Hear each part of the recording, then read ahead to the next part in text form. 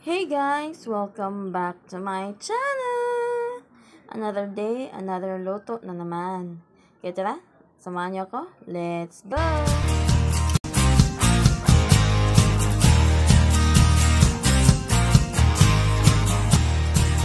Ang lulutuin po natin for today ay pork humba. Ayan, meron na po ko itong pork. Hinugasan ko na po yan and maghiwa na po tayo ng mga sahog niya. Naghiwa na po ako dito ng spring onion and hiniwa ko na rin po itong ating onion or red onion. Ayan, okay na po yan. Isunod na po natin hiwain yung ating garlic. Ayan, hiwain ko lang po ng ganito yung garlic natin, guys. Okay na po yung ating garlic. Isa na po natin hiwain itong ating fresh na pinya. Nabili ko po ito, guys, nung papunta po akong merkado. May dadaanan po ako sa daan na sa kalsada na nakasasakyan and nagbibinta po ng ganitong pinya. Kaya ito na po yung binili ko instead of yung nasa pouch na po. And I'm glad ito po yung binili ko kasi sobrang tamis po niya. Ayan, hiniwa ko lang po siya ganang pa ganyan. And ganyan po ako magbalat ng pinya, guys.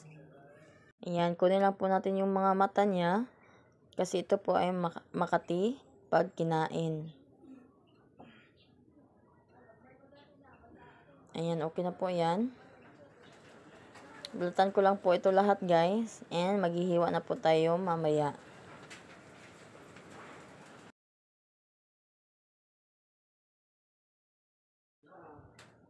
Ayan, natapos ko na po balatan yung lahat, guys. And nakuha ko na po mga mata nito. Ayan, hiwain naman po natin ito ng pangsahog sa ating pork humba.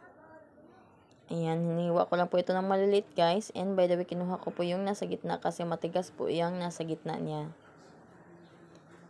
Ayan, hiwain lang po natin pa ganyan. Sobrang tamis po nito, guys. Kinain ko po itong iba. Hindi ko po sinahog po lahat.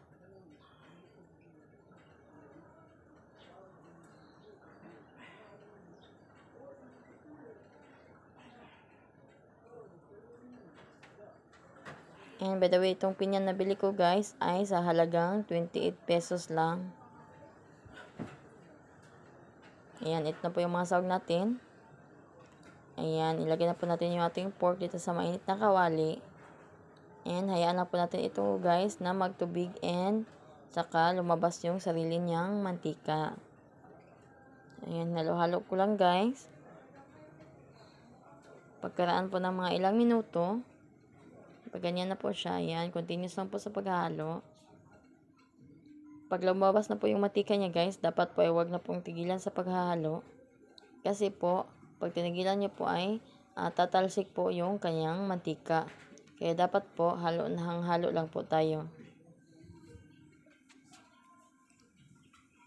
Ayan, kita niyo naman, guys, lumabas na po yung kanyang mantika. And continuous lang din po sa paghahalo.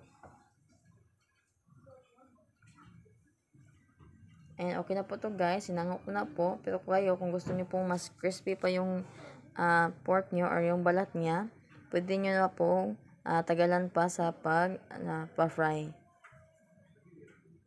Ayan, okay na po yan. Tanggalin ko lang po itong mga excess oil. Ayan o. Igisa na po natin itong ating bawang.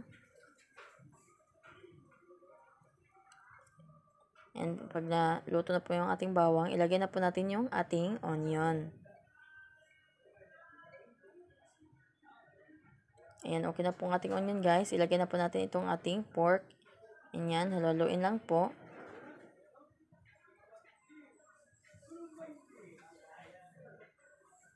And maglalagay po tayo dito ng isang basong tubig. Ayan, takpan lang po and pakuluan. And after po ng mga ilang minuto, ayan, nag-reduce na po yung tubig. Ilagay na po natin yung ating mga sahog or mga lamas. Ayan, haluin lang, guys. Naglagay po pala ako dito ng black beans, dahon ng laurel, pamintang buo, asusinas, and star anise. And naglagay din po tayo dito ng atsuete pang pakulay. And timplan po natin ito ng patis and paminta. Maglalagay din po pala ako dito ng 1 teaspoon ng white sugar pang pabalance po ng lasa. And maglalagay po tayo dito ng kaunting suka. Ayan, pinakuluan ko lang po yan. And pagkaraan po ng mga 5 minutes, ayan, okay na po yan.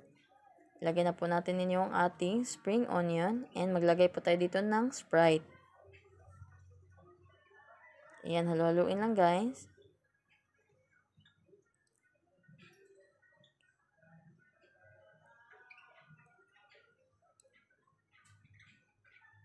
Ayan, okay na po yan. Takpan na po natin ito and pakuluan po natin ito until mag-reduce po yung kanyang sabaw. Ayan, pag nag-reduce na po na ganyan ng konti yung sabaw, ilagay na po natin yung ating pinya. Ayan, halo-haluin lang po. And after po yan, ay takpan po natin and pakuluan po natin ulit. Para po lumambot po talaga yung ating pork. Ayan, takpan lang. Ayan, after 3 minutes guys. Ayan, tingnan naman po. Nag-reduce na po yung kanyang sabaw. Halo-haluin lang po natin.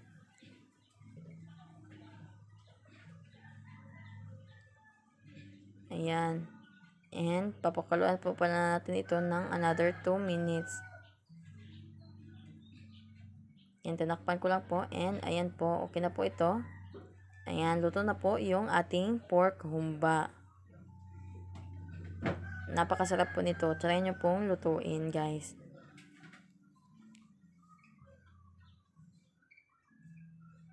Ayan, ito na po ang ating pork humba. Ayan lang po, guys. Thank you for watching. Bye. God bless.